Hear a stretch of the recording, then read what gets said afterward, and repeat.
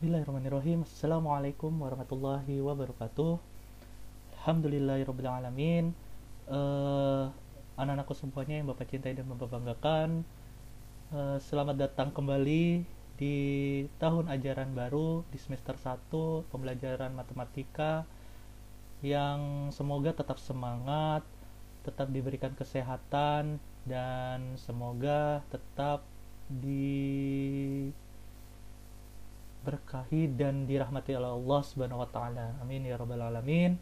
Eh untuk pembelajaran awal matematika pada kali ini tidak perlu apa ya istilahnya terlalu menyulitkan diri, tetap semangat dan tidak perlu dibawa santai saja seperti itu. Karena matematika itu seru, dalam belajar itu matematika itu adalah penuh dengan kejutan, dan jangan pernah bosan untuk belajar matematika, karena matematika itu hal yang kita pelajari itu akan berguna dan bermanfaat nanti ke depannya seperti itu. Nah, untuk pembelajaran awal sekarang kita akan membahas atau memperkenalkan materi-materi yang akan kita pelajari bersama di satu semester ke depan. Adapun materi-materi yang kita akan bahas di kelas 12 IPA dan di kelas 12 bahasa itu ada 4 materi saja. Dan setelah materi tersebut, materi di semester 2 nanti akan kita bahas mengenai materi-materi yang belum pernah kita pelajari atau perlu dilengkapi materi dari kelas 10 sampai dengan kelas 12 seperti itu. Adapun materi-materi yang di semester 1 di kelas 12 ini ada dimensi 3. Kita akan membahas mengenai bangun ruang, ada kubus, balok, silinder, bola, tabung, dan segala macam.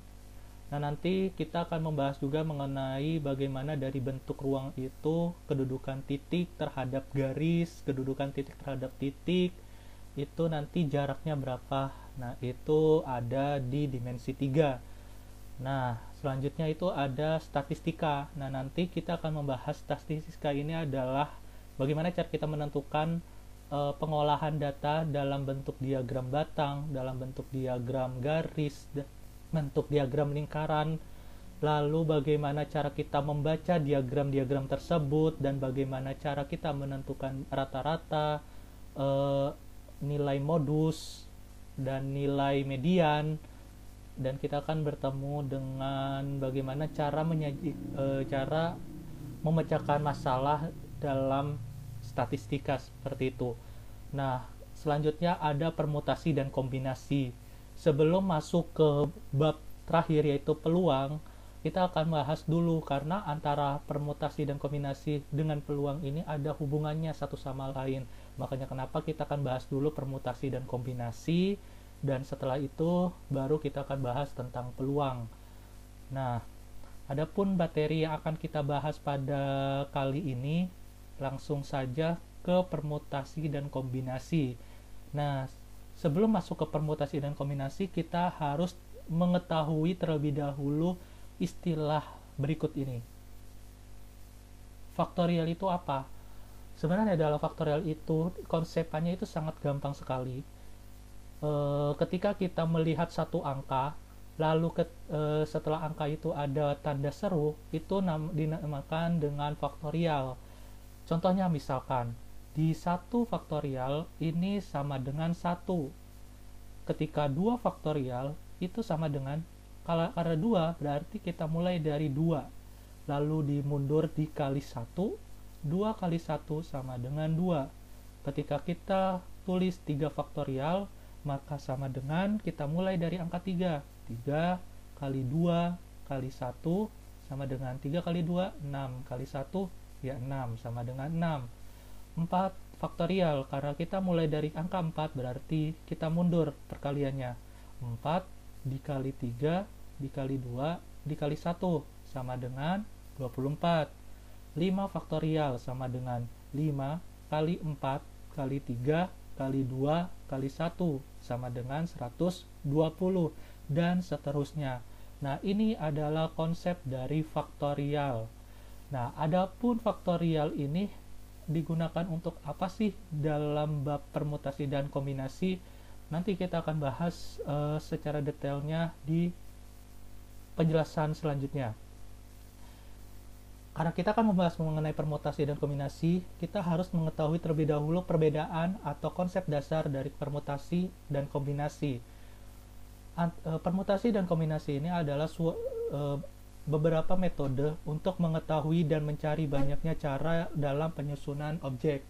Nah, untuk mengetahui bagaimana cara mencari banyaknya cara dalam penyusunan objek, kita harus bisa mengetahui konsep dasar dari permutasi dan kombinasi. Untuk permutasi, untuk mencari banyaknya penyusunan suatu objek, caranya itu dengan memperhatikan urutan. Sedangkan kombinasi itu tanpa memperhatikan urutannya. Nanti kita akan bahasnya dalam contohnya. Di bagian bawahnya, permutasi itu ada contohnya seperti ini. Dalam membentuk suatu kepanitiaan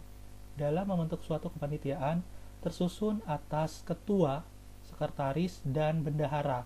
Artinya ada susunannya, ada kriterianya, ada untuk memperhatikan urutannya dari ketua dulu, lalu sekretaris, lalu bendahara untuk menyusun objek tersebut.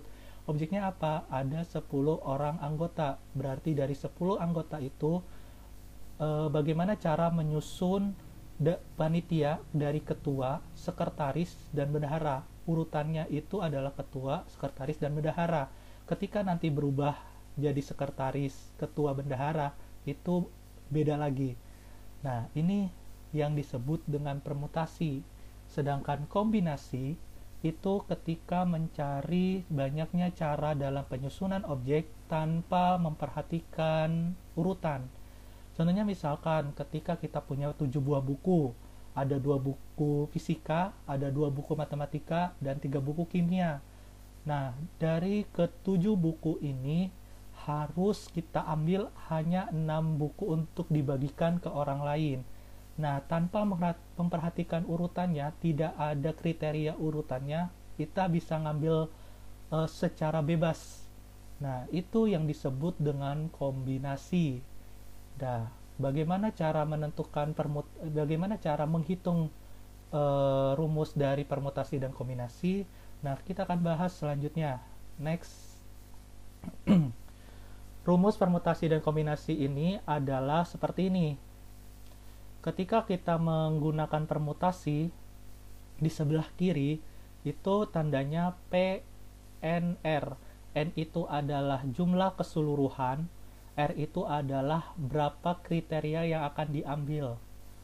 Nah, sama dengan N faktorial per N dikurangi R faktorial.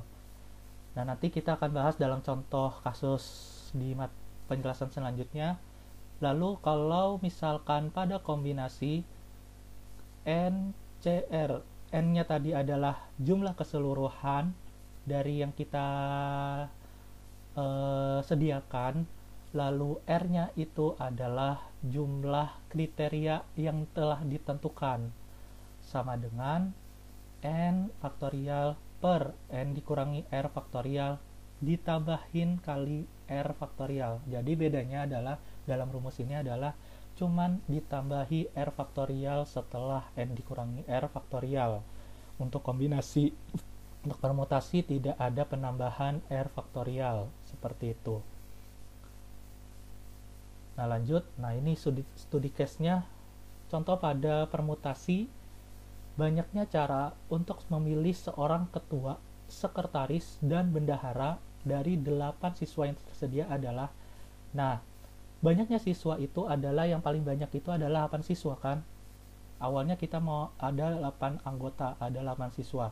Nah, setelah itu kita mau memilih ketua, sekretaris, dan bendahara. Yang ada panitia intinya itu sebanyak 3 orang.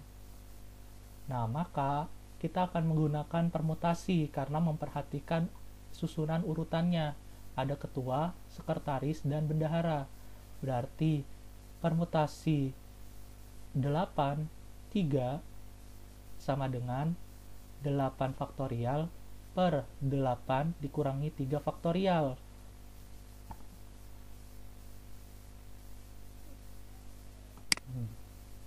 Nah, 8 dikali 7 dikali 6 dikali 5 faktorial.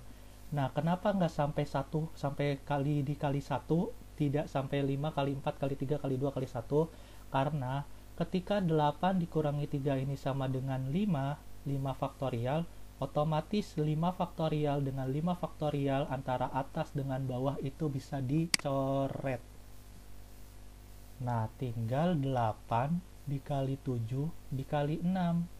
8 kali 7, 56, dikali 6 itu sama dengan 336 cara. Seperti itu.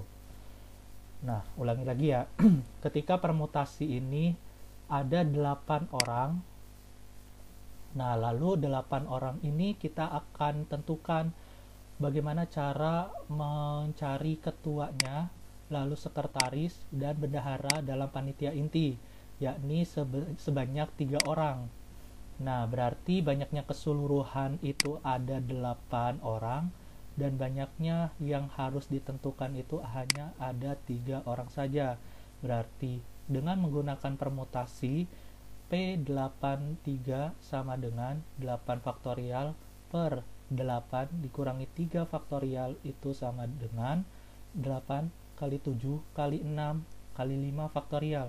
Karena di bawahnya hanya sampai 5 faktorial, 8 dikurangi 3 sama dengan 5 faktorial, maka 5 faktorial di bawah, 5 faktorial di atas itu bisa dicoret. Berarti 8 kali 7 kali 6, 56 dikali 6 berarti sama dengan 336 cara. Seperti itu. Nah, selanjutnya contoh soal pada kombinasi itu adalah banyaknya cara memilih pemain inti yang hanya sebanyak 5 orang sebuah tim basket dari 9 orang. Nah, kita punya 9 orang.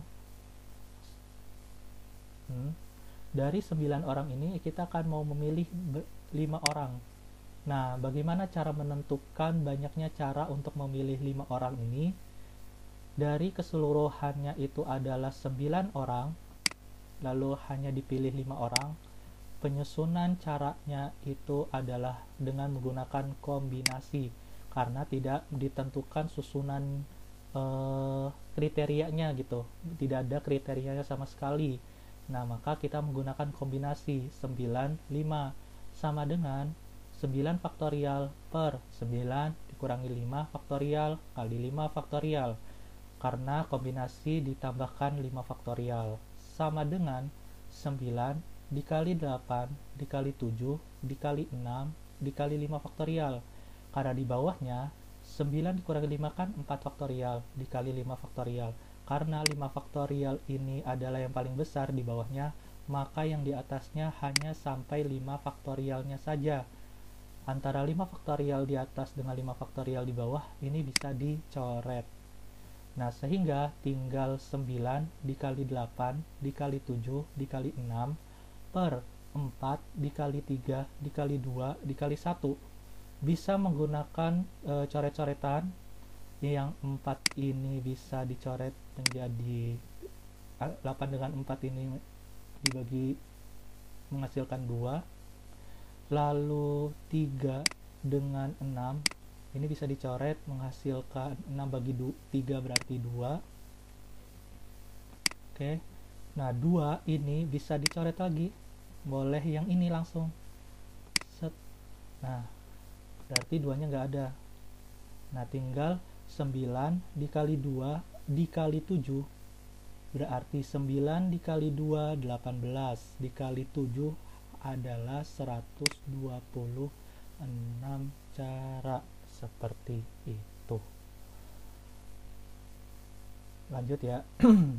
Nah, setelah kita mengetahui antara permutasi dan kombinasi itu bagaimana cara menentukan banyaknya cara yang akan kita susun, maka kita harus bisa mengetahuinya dari uji coba in yourself. Nah, ketika ada soal 5 orang pemain catur akan memperebutkan juara 1, 2, dan 3 pada sebuah turnamen catur. Nah, berarti ada 5 orang yang disediakan untuk menentukan juara 1, juara 2, dan juara 3 dalam perlombaan catur. Nah, tugas anak-anakku semuanya adalah berapakah banyaknya susunan juara 1, juara 2, dan juara 3 yang dapat dibentuk dari kelima pemain tersebut. Artinya, soal ini sudah ada kriterianya.